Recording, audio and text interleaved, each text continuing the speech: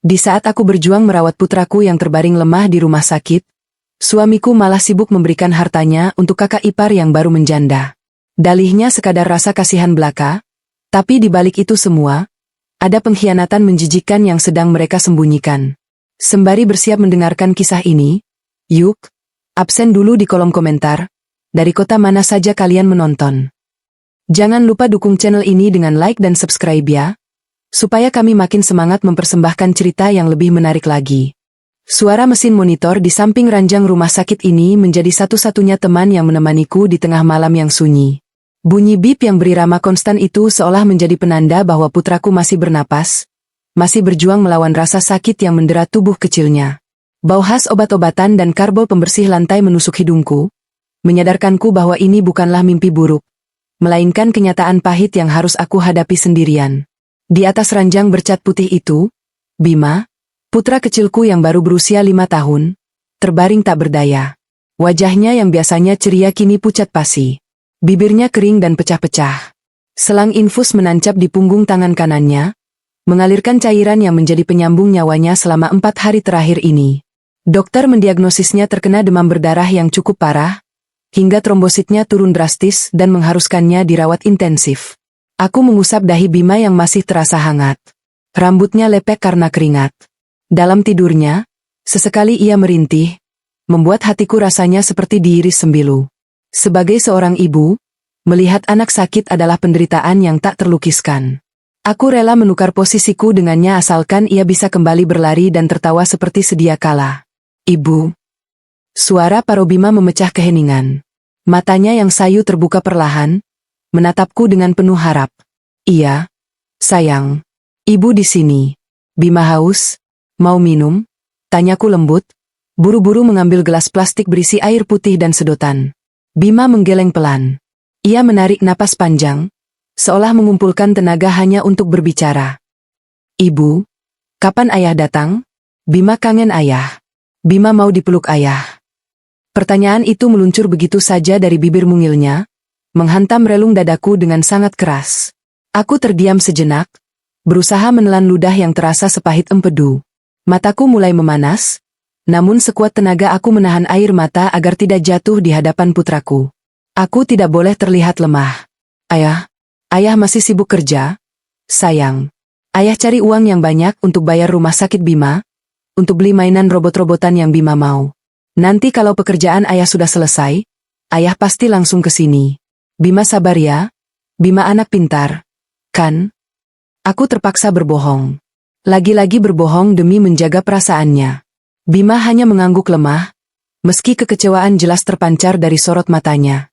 Ia kembali memejamkan mata, memeluk guling kecilnya erat-erat, seolah mencari kehangatan dari sosok ayah yang entah berada di mana. Aku menatap layar ponselku yang retak di bagian ujungnya. Pukul 2 dini hari. Tidak ada satupun pesan masuk dari Aryo, suamiku.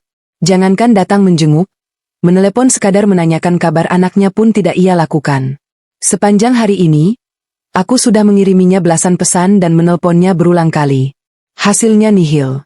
Pesanku hanya dibaca, dan panggilanku selalu dialihkan atau tidak diangkat. Ini adalah hari keempat Bima dirawat.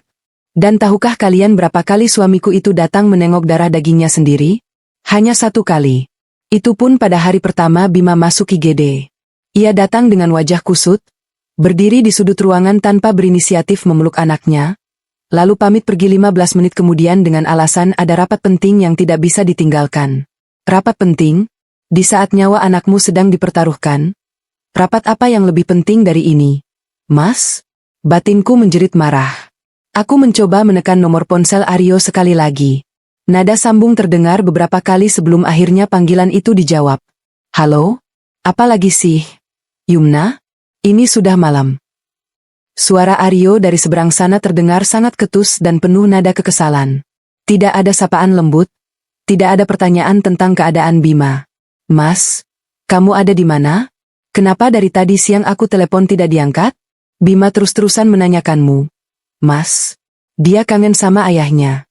Kamu besok bisa datang, kan? Setidaknya luangkan waktu sebentar sebelum berangkat kerja. Ucapku, berusaha menekan nada suaraku agar tidak terdengar menuntut, meski dadaku sudah bergemuruh menahan amarah. Aku capek, Yumna. Aku ini kerja keras dari pagi sampai malam buat biaya rumah sakit Bima. Kamu pikir uang jatuh dari langit? Kamu di sana tinggal duduk diam menemani Bima, sementara aku di sini peras keringat. Tadi aku lembur di kantor, baru saja sampai rumah dan mau istirahat. Tolong ngertiin keadaanku sedikit. Bentaknya dengan nada tinggi, membuatku harus menjauhkan ponsel dari telingaku. Duduk diam? Dia bilang aku duduk diam? Aku tidak tidur berhari-hari, Mas. Aku harus terus terjaga memastikan cairan infus Bima tidak habis. Aku harus mengelap tubuhnya saat demamnya naik. Aku harus membujuknya makan saat ia terus muntah. Aku lelah secara fisik dan mental, tapi aku tidak pernah mengeluh karena ini anakku. Dan dia berani bilang aku hanya duduk diam? Tapi Mas, Bima butuh dukungan moral dari ayahnya. Hanya melihatmu sebentar saja sudah cukup membuat perasaannya lebih baik. Aku masih mencoba memohon. Besok aku lihat jadwal. Kalau tidak sibuk aku mampir. Sudah ya? Aku ngantuk. Klik. Sambungan diputus secara sepihak. Aku menatap layar ponsel yang kini kembali gelap dengan pandangan nanar. Air mata yang sejak tadi kutahan akhirnya jatuh juga, menetes membasahi layar ponsel. Aku menangis dalam diam, meratapi nasib pernikahanku yang rasanya semakin hambar. Aryo yang dulu ku kenal hangat dan penyayang kini berubah menjadi sosok yang dingin dan tak tersentuh. Perubahan sikap Aryo sebenarnya tidak terjadi secara tiba-tiba saat Bima masuk rumah sakit. Jika ku ingat-ingat kembali, jarak di antara kami mulai terasa sejak 2 bulan yang lalu. Tepatnya sejak kepergian Mas Bayu, kakak kandung Aryo, untuk selama-lamanya akibat kecelakaan lalu lintas di jalan tol. Kepergian Mas Bayu yang mendadak meninggalkan luka yang mendalam bagi keluarga kami, terutama bagi istrinya, Seli. Seli yang sebelumnya hidup berkecukupan dan bergantung penuh pada Mas Bayu, tiba-tiba harus menyandang status janda tanpa anak di usianya yang masih terbilang muda, 30 tahun. Aku ingat betul suasana pemakaman hari itu. Langit mendung dan gerimis turun seolah ikut berduka. Seli menangis histeris di samping pusara suaminya. Ia memeluk nisan Mas Bayu, menolak untuk diajak pulang. Saat itu, kulihat Aryo menghampirinya. Aryo berjongkok, merangkul bahu kakak iparnya itu dengan sangat erat. Seli menenggelamkan wajahnya di dada suamiku, menangis sejadi-jadinya, sementara Aryo mengelus punggungnya dengan penuh kelembutan. Tenang, Mbak Seli. Mas Bayu memang sudah tidak ada. Tapi Mbak Seli tidak sendirian. Ada aku di sini. Aku sudah berjanji pada almarhum Mas Bayu untuk menjaga Mbak Seli. Mbak Seli tanggung jawabku sekarang. Jangan sedih lagi, ucap Aryo waktu itu. Suaranya terdengar sangat parau dan penuh emosi. Awalnya, aku tidak merasa curiga sedikit pun. Aku justru merasa terharu melihat kepedulian Aryo terhadap kakak iparnya. Aku berpikir wajar jika seorang adik ingin memastikan istri mendiang kakaknya tidak terlantar. Aku mendukung penuh niat baik suamiku. Saat itu, aku pun turut memeluk Seli dan menguatkannya. Aku memaklumi jika Aryo sering mampir ke rumah Seli untuk membantu mengurus dokumen kematian Mas Bayu, atau memperbaiki genteng rumah Seli yang bocor. Namun, seiring berjalannya waktu, intensitas perhatian Aryo kepada Seli terasa semakin berlebihan dan tidak masuk akal. Aryo mulai sering pulang larut malam dengan alasan menemani Seli yang masih trauma. Ia lebih sering mengangkat telepon dari Seli di tengah malam daripada mendengarkan ceritaku tentang perkembangan Bima. Bahkan di saat akhir pekan, waktu yang seharusnya dihabiskan untuk kami bertiga, Aryo seringkali membatalkan janji pergi ke taman karena alasan Seli meminta diantar ke suatu tempat. Kasihan Seli, Yumna. Dia perempuan sendirian, belum terbiasa mengurus semuanya sendiri. Mobilnya mogok. Masa aku biarkan dia naik angkutan umum? Kamu kan ibu rumah tangga yang kuat. Bisa urus Bima sendiri dulu, kan? Itu adalah kalimat pamungkas yang selalu Aryo lontarkan setiap kali aku mulai protes tentang ketidakhadirannya.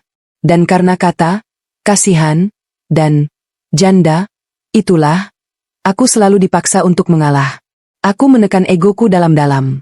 Aku menepis segala firasat buruk yang mulai menyelinap di hatiku. Aku berusaha menjadi istri yang berpikiran positif.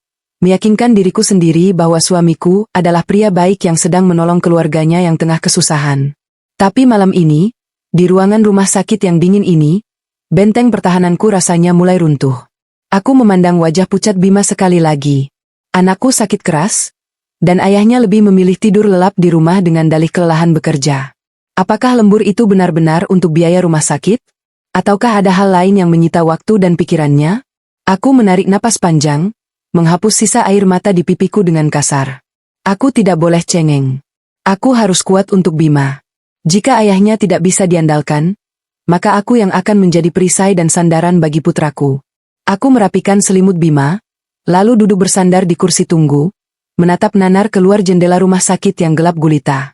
Hujan mulai turun rintik-rintik, seolah mewakili perasaanku yang sedang berkecamuk. Malam ini terasa sangat panjang, dan tanpa kusadari, ini adalah awal mula dari terbongkarnya sebuah rahasia besar yang akan mengubah hidupku selamanya. Pagi harinya, suasana rumah sakit mulai sibuk. Perawat hilir mudik mengecek kondisi pasien, suara troli obat terdengar berderit di sepanjang lorong.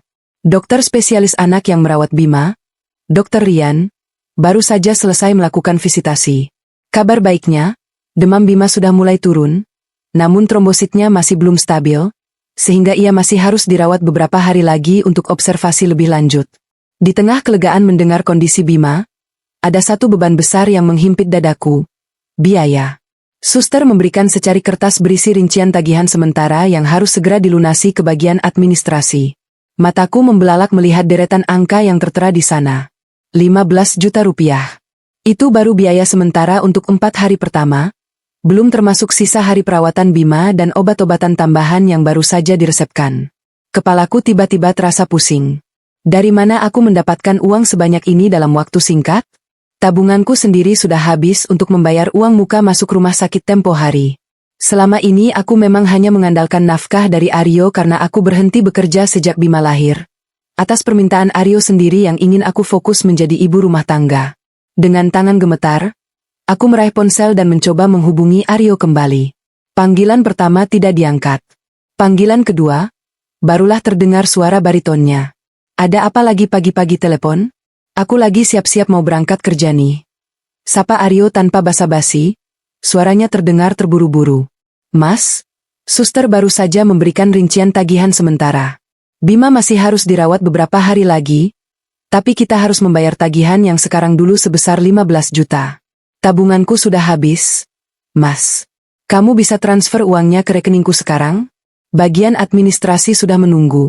Jelasku cepat, berusaha mengabaikan nada ketusnya. Hening sejenak di seberang sana.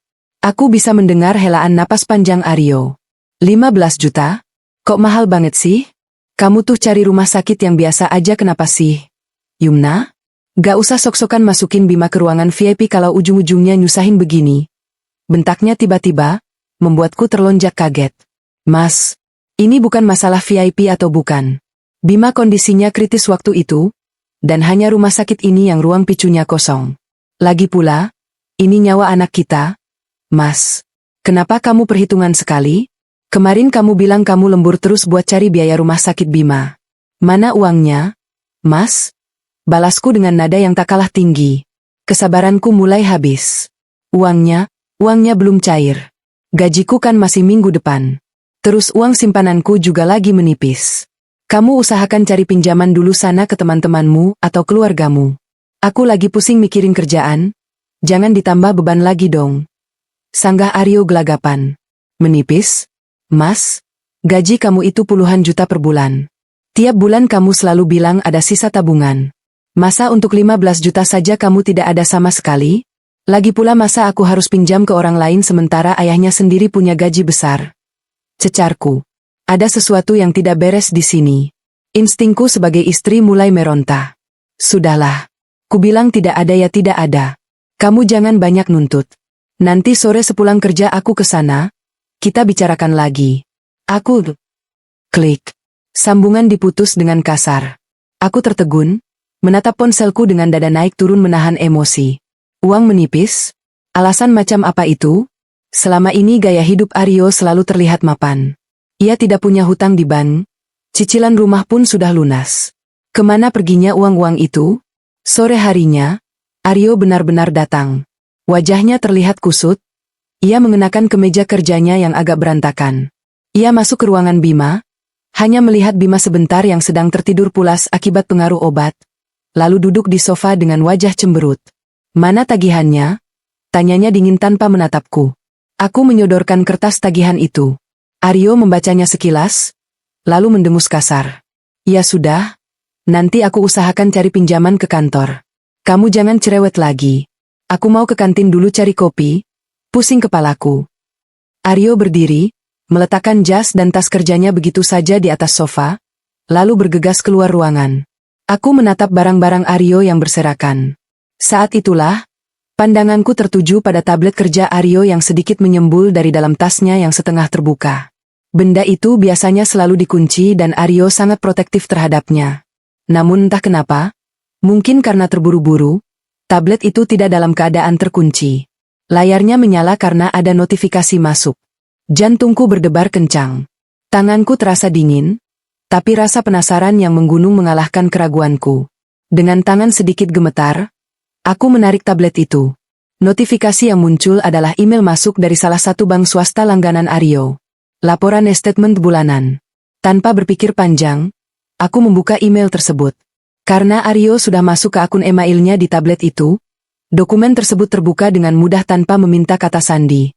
Mataku menyapu deretan mutasi rekening suamiku selama 2 bulan terakhir. Dan apa yang kulihat di sana, membuat duniaku seakan runtuh seketika. Daftar pengeluaran itu dipenuhi dengan nama yang sama, Seli Anindya. Mataku membelalak, napasku tercekat. Aku mengusap mataku berkali-kali, memastikan bahwa aku tidak salah baca. Tapi deretan angka itu tercetak sangat jelas. 15 Februari, transfer ke Seli Anindya, 5 juta rupiah 28 Februari. Transfer ke Seli Anindya, 10 juta rupiah 10 Maret. Transfer ke Seli Anindya, 7.500.000 rupiah 25 Maret. Transfer ke Seli Anindya, 15 juta rupiah. Dan yang paling membuat hatiku hancur berkeping-keping adalah transaksi terakhir, 2 hari yang lalu, tepat di saat aku menangis memohon padanya untuk membelikan obat di luar tanggungan asuransi yang harganya lumayan mahal, dan ia beralasan sedang tidak memegang uang tunai. 4 April, transfer ke Seli Anindya, 20 juta rupiah. Total puluhan juta rupiah mengalir deras ke rekening kakak iparnya dalam waktu kurang dari 2 bulan. Pantas saja ia bilang uangnya menipis. Pantas saja ia tidak bisa membayar biaya rumah sakit anaknya sendiri. Uangnya telah ia kuras habis untuk janda kakaknya. Tanganku bergetar hebat. Air mata kemarahan mulai menggenang di pelupuk mataku. Ini gila. Ini sangat gila. Untuk apa uang sebanyak itu? Seli memang janda, tapi peninggalan Mas Bayu cukup banyak. Mas Bayu punya asuransi jiwa yang besar, dan rumah mereka pun sudah lunas. Seli tidak jatuh miskin sampai harus disubsidi puluhan juta per bulan oleh suamiku. Ceklek. Pintu ruangan terbuka. Aryo masuk membawa segelas kopi kemasan. Langkahnya terhenti saat melihatku memegang tabletnya. Wajahnya pias seketika. Matanya membulat panik. Ia bergegas menghampiriku dan merampas tablet itu dengan kasar dari tanganku. Apa-apaan kamu, Yumna? Berani-beraninya kamu buka-buka barang pribadiku. Bentaknya dengan wajah merah padam. Aku berdiri, menantang tatapannya. Rasa takutku sudah hilang, digantikan oleh amarah yang meledak-ledak. Barang pribadi? Aku istrimu, Mas. Dan pantas saja kamu marah. Ternyata ini yang kamu sembunyikan dariku? Mutasi rekening puluhan juta untuk kakak iparmu. Teriakku. Aku tidak peduli lagi jika perawat di luar mendengar. Kepalang tanggung. Dadaku rasanya mau pecah. Aryo terdiam. Ia menelan ludah, berusaha mencari alasan yang tepat. Kakakmu salah paham, Yumna. Itu uang. Uang apa, Mas? Uang sumbangan? Uang duka? Puluhan juta selama 2 bulan berturut-turut? Di saat anakmu terbaring di rumah sakit? Di saat tagihan perawatan Bima membengkak dan kamu bilang tidak punya uang? Kamu justru mentransfer 20 juta untuk Seli 2 hari yang lalu. Otak kamu di mana, Mas? Cecarku. Air mataku akhirnya jatuh. Bukan karena sedih, tapi karena kemarahan yang meluap-luap.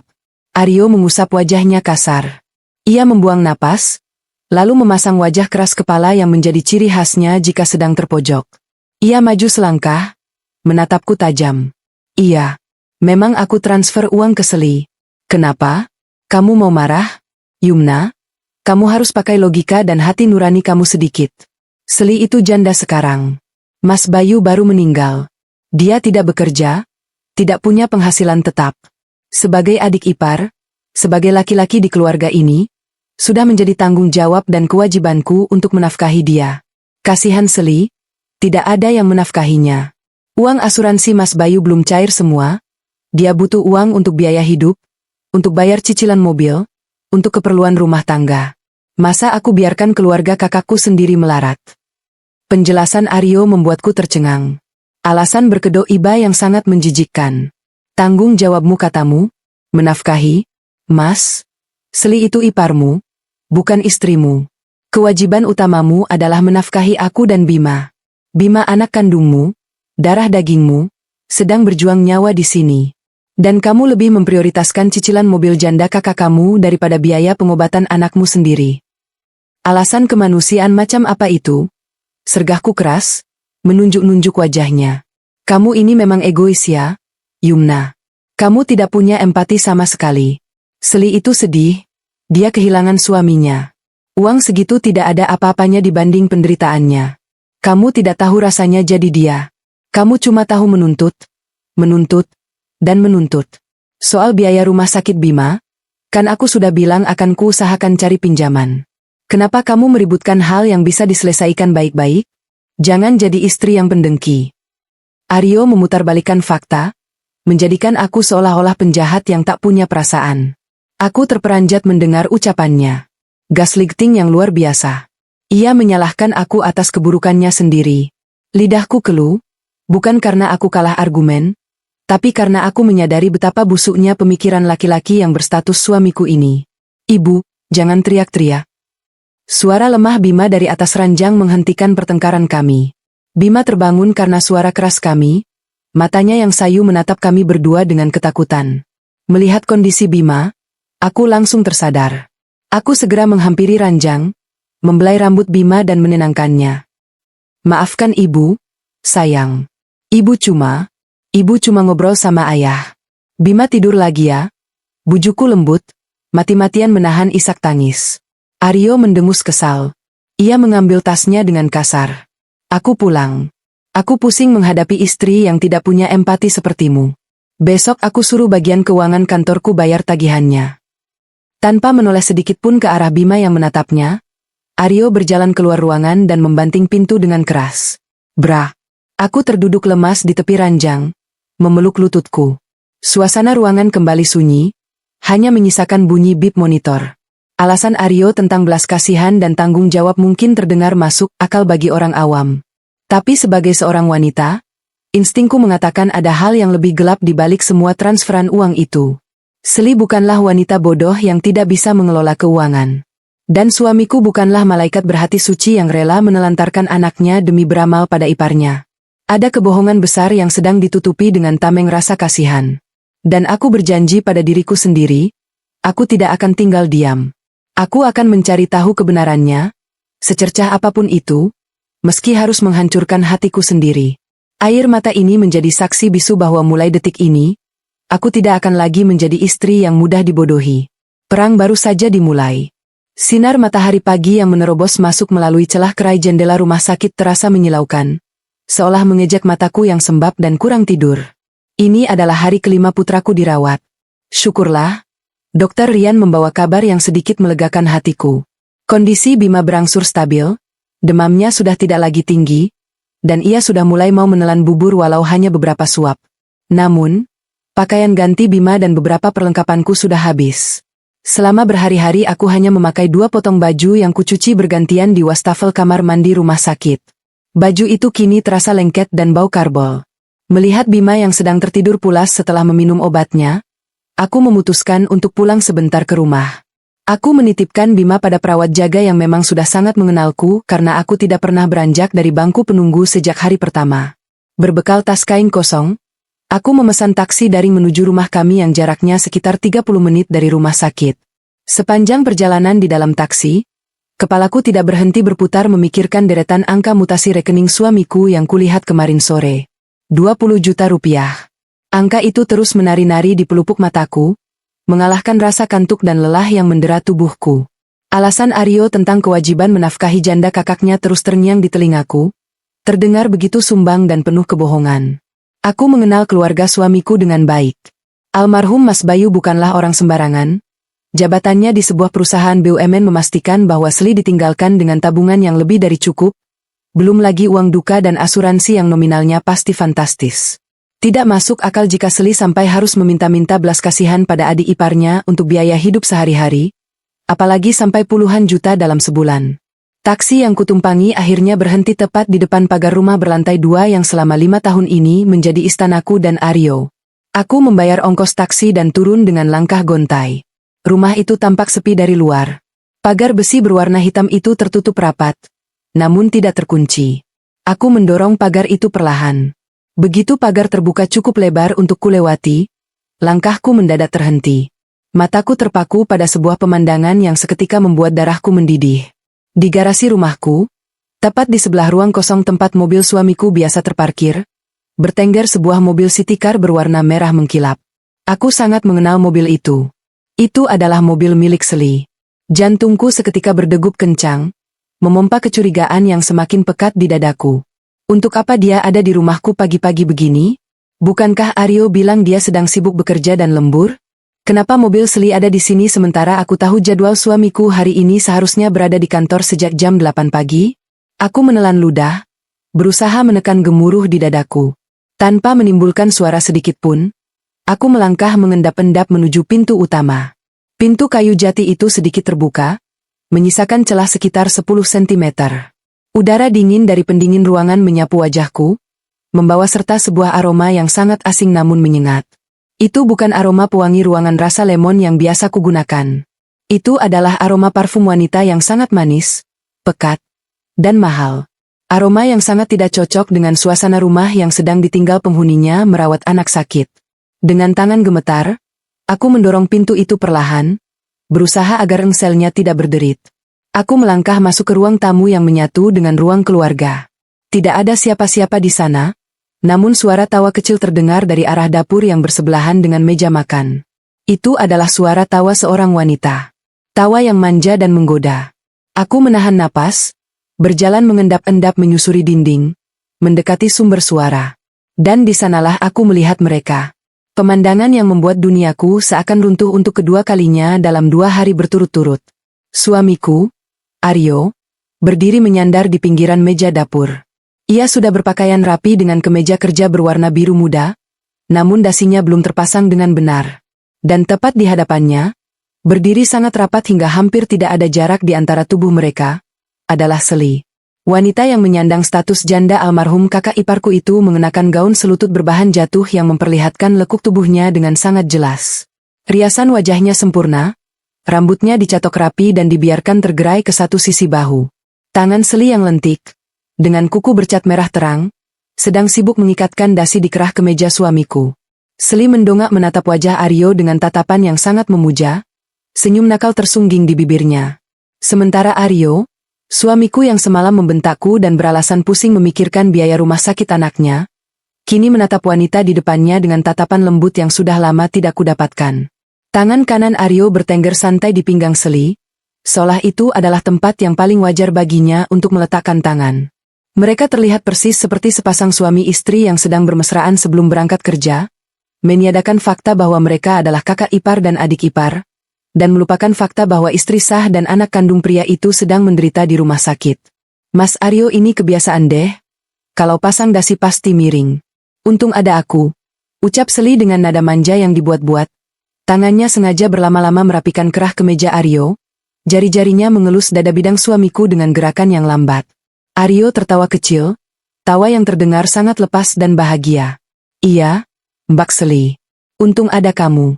Kalau tidak, aku bisa ditegur bos karena berantakan begini. Makanya, Mas itu butuh yang merhatiin. Jangan cuma kerja keras banting tulang buat keluarga terus, tapi sendirinya nggak keurus. Lihat nih, wajahnya agak pucat. Nanti siang kita makan barengnya. Aku udah reservasi restoran favorit kamu. Seli kembali merayu, kali ini tangannya beralih mengusap rahang Aryo dengan lembut. Dan suamiku sama sekali tidak menepis sentuhan menjijikan itu. Ia malah memiringkan kepalanya, seolah menikmati usapan tangan wanita itu. Kakiku terasa lemas seperti agar-agar, namun amarah yang membakar ubun-ubunku memberiku kekuatan ekstra. Aku tidak bisa menahan diri lagi. Aku melangkah keluar dari tempat persembunyianku, dan menjatuhkan tas kain kosongku ke lantai dengan suara yang cukup keras.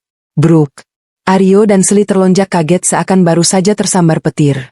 Aryo buru-buru menarik tangannya dari pinggang Seli dan melangkah mundur 2 tindak. Wajahnya pias seketika. Seli pun gelagapan. Tangannya yang tadi mengelus rahang Aryo kini sibuk merapikan rambutnya sendiri dengan canggung. "Yumna, kakakmu kok pulang?" Suara Aryo terdengar bergetar. Matanya membelalak menatapku yang berdiri kaku dengan wajah merah padam dan napas memburu. Aku menatap mereka berdua secara bergantian dengan tatapan jijik. "Kenapa? Aku mengganggu acara kalian? Mengganggu acara pasang dasi yang sangat romantis ini?" Sindirku dengan nada dingin yang menusuk. Aku tidak ingin menangis. Menangis di depan wanita pengkhianat ini hanya akan membuatku terlihat lemah. Seli, dengan kemampuan aktingnya yang luar biasa, langsung memasang wajah polos tak berdosa. Ia melangkah maju sedikit, menampilkan senyum manis yang membuat perutku mual. "Ya ampun, Yumna, kamu jangan salah paham dulu. Ini nggak seperti yang kamu lihat kok. Tadi kebetulan mobilku AC-nya bermasalah pas lewat depan komplek kalian. Udah panas banget di luar. Jadi aku mampir deh mau numpang berteduh sebentar sambil nunggu montir bengkel langgananku datang. Pas masuk. Kulihat Mas Aryo lagi kesusahan pasang dasi. Ya udah aku bantuin sebagai wujud terima kasih karena udah diizinin numpang." Gitu loh ceritanya. Alasan yang sangat murahan dan tidak masuk akal. Numpang berteduh? Pagi-pagi begini saat matahari bahkan belum terasa menyengat? Dan montir bengkel? Aku tidak melihat ada tanda-tanda montir di luar sana. Yang kulihat hanyalah 2 orang manusia tak bermoral yang sedang menikmati kesempatan dalam kesempitan. Numpang berteduh? Dengan gaun sebagus itu dan riasan setebal itu pagi-pagi buta? Dan harusnya pasang dasi sambil berpelukan seperti tadi? Tangannya Mas Aryo juga nyaman sekali nyangkut di pinggang janda kakaknya. Balasku tajam, tidak memberikan celah sedikit pun bagi Seli untuk membenarkan kebohongannya. Wajah Seli sedikit menegang, namun ia dengan cepat kembali menguasai diri. "Astaga, Yumna, pikiranmu kok kotor sekali sih? Mas Aryo itu kan adik iparku. Wajar dong kalau kami dekat. Lagian Mas Aryo tadi cuma refleks nahan badanku yang agak oleng karena aku pakai heels. Kamu ini lagi stres mikirin Bima sakit ya? Jadi gampang curigaan begini. Kasihan lo Mas Aryo dituduh yang enggak sama istrinya sendiri. Padahal dia banting tulang buat kalian." Ucapan Seli benar-benar menyulut emosiku. Ia menggunakan kondisi Bima sebagai senjata untuk memojokkanku, memutarbalikkan fakta seolah-olah akulah istri yang jahat dan berpikiran sempit. Aku melangkah maju mendekati Seli, menatap tepat ke manik matanya yang bersembunyi di balik lensa kontak berwarna abu-abu itu. "Jangan bawa-bawa anakku di mulutmu yang kotor itu, Seli. Dan jangan mengguruiku soal suamiku sendiri. Aku tahu persis apa yang kulihat. Dan asal kamu tahu, meminjamkan tubuhmu untuk dipegang oleh laki-laki yang sudah beristri, dengan alasan apapun, itu namanya murahan." Desisku tajam tepat di depan wajahnya. Seli tampak terkejut mendengar makianku. Ia melirik Aryo, memasang wajah sedih seolah-olah ia adalah korban yang paling tersakiti. "Mas Aryo, lihat istrimu. Tega banget dia ngomong gitu ke aku. Padahal aku cuma niat baik bantuin kamu. Aku ini janda. Mas, suamiku belum lama meninggal, tapi istrimu malah menghinaku seperti ini." Rajuk Seli dengan suara paro yang dibuat-buat, bahkan matanya mulai berkaca-kaca. Air mata buaya yang sangat menjijikkan. Dan yang paling membuatku hancur adalah reaksi suamiku. Alih-alih membelaku yang jelas-jelas istrinya, Aryo justru menatapku dengan pandangan marah. Ia melangkah maju, memposisikan dirinya di depan Seli seolah melindunginya dariku. "Jaga mulutmu, Yumna. Seli itu tamu di rumah ini, dia kakak iparku. Kamu tidak punya hak menghinanya seperti itu. Kamu ini memang gila ya? Sudah kubilang Seli cuma numpang berteduh dan bantuin aku pasang dasi karena aku buru-buru mau berangkat ke kantor. Kenapa kamu melebih-lebihkan hal kecil begini? Bukannya di rumah sakit jaga Bima, kamu malah pulang cuma buat bikin keributan." Bentak Aryo dengan suara menggelegar, menunjuk-nunjuk wajahku dengan telunjuk kasarnya. Air mataku yang sejak tadi kutahan akhirnya tumpah juga. Namun ini bukan air mata kesedihan, ini adalah air mata kemarahan dan kekecewaan yang sudah mencapai puncaknya. Suamiku membentakku demi membela wanita lain di dalam rumah kami sendiri. Suamiku menganggap perlakuan mesranya dengan janda kakaknya sebagai hal yang wajar. Aku pulang untuk mengambil baju anakmu yang muntah berhari-hari di rumah sakit. Mas. Anak yang bahkan tidak kamu jenguk hari ini karena kamu sibuk bermesraan dengan wanita ini. Dan hal kecil katamu, kamu transfer 20 juta untuk dia? Itu hal kecil? Kamu peluk-pelukan di dapur? Itu hal kecil? Matamu sudah buta? Mas? Teriakku histeris. Aku tidak peduli lagi jika tetangga mendengar. Rumah tangga ini sudah hancur lebur di mataku. Aryo terdiam sejenak mendengar ungkitan soal uang 20 juta itu di depan Seli. Wajahnya memucat, matanya melirik gelisah ke arah Seli. Namun ego lakinya menolak untuk kalah. Itu beda urusan, Yumna. Kubilang itu uang bantuan. Sudah? Aku tidak mau ribut. Aku telat ke kantor gara-gara omong kosongmu ini. Ayo, Mbak Seli, aku antar kamu ke bengkel sekalian aku jalan ke kantor. Aryo meraih tas kerjanya di atas kursi meja makan, lalu menarik tangan Seli. Ya, dia menarik tangan Seli di depan mataku. Saat Seli berjalan melewatiku di belakang Aryo, wanita itu tiba-tiba menghentikan langkahnya sejenak. Ia memutar kepalanya ke arahku. Dan di saat wajahnya tidak terlihat oleh Aryo, Seli menyeringai lebar ke arahku. Sebuah senyuman penuh kemenangan dan tatapan yang sangat merendahkan. Seolah ia sedang berkata, "Lihat, suamimu lebih memilihku daripada kamu."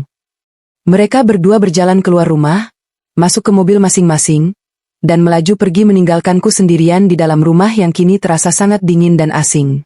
Aku mematung di tengah ruang tamu, napasku tersengal-sengal menahan emosi yang meledak-ledak. Tubuhku bergetar hebat. Aku menjatuhkan diri di atas sofa, membenamkan wajahku di kedua telapak tangan, dan berteriak sekeras-kerasnya untuk melepaskan rasa sesak di dadaku. Mereka berdua sangat licik. Seli menggunakan status jandanya dan pesona kewanitaannya untuk menjerat Aryo, dan Aryo dengan bodohnya, atau mungkin memang dengan sengaja, masuk ke dalam perangkap itu dan menikmati setiap sentuhannya dengan tameng belas kasihan. Mereka menari-nari di atas penderitaanku dan anakku. Aku mengusap air mataku dengan kasar. Tidak. Aku tidak boleh hancur sekarang. Jika aku menangis meratapi nasib, mereka akan semakin merasa di atas angin. Aku bangkit berdiri, mengambil tas kainku, dan melangkah cepat menuju kamar untuk mengemasi baju-baju Bima. Firasatku tidak mungkin salah. Sentuhan tadi, tatapan merendahkan tadi, dan puluhan juta uang yang mengalir itu, adalah bukti bahwa hubungan mereka lebih dari sekadar ipar yang saling mengasihi. Aku bersumpah pada diriku sendiri, aku akan mencari bukti yang lebih kuat, bukti yang tidak bisa lagi mereka sangkal dengan dalih numpang berteduh atau alasan klasik berkedok iba lainnya.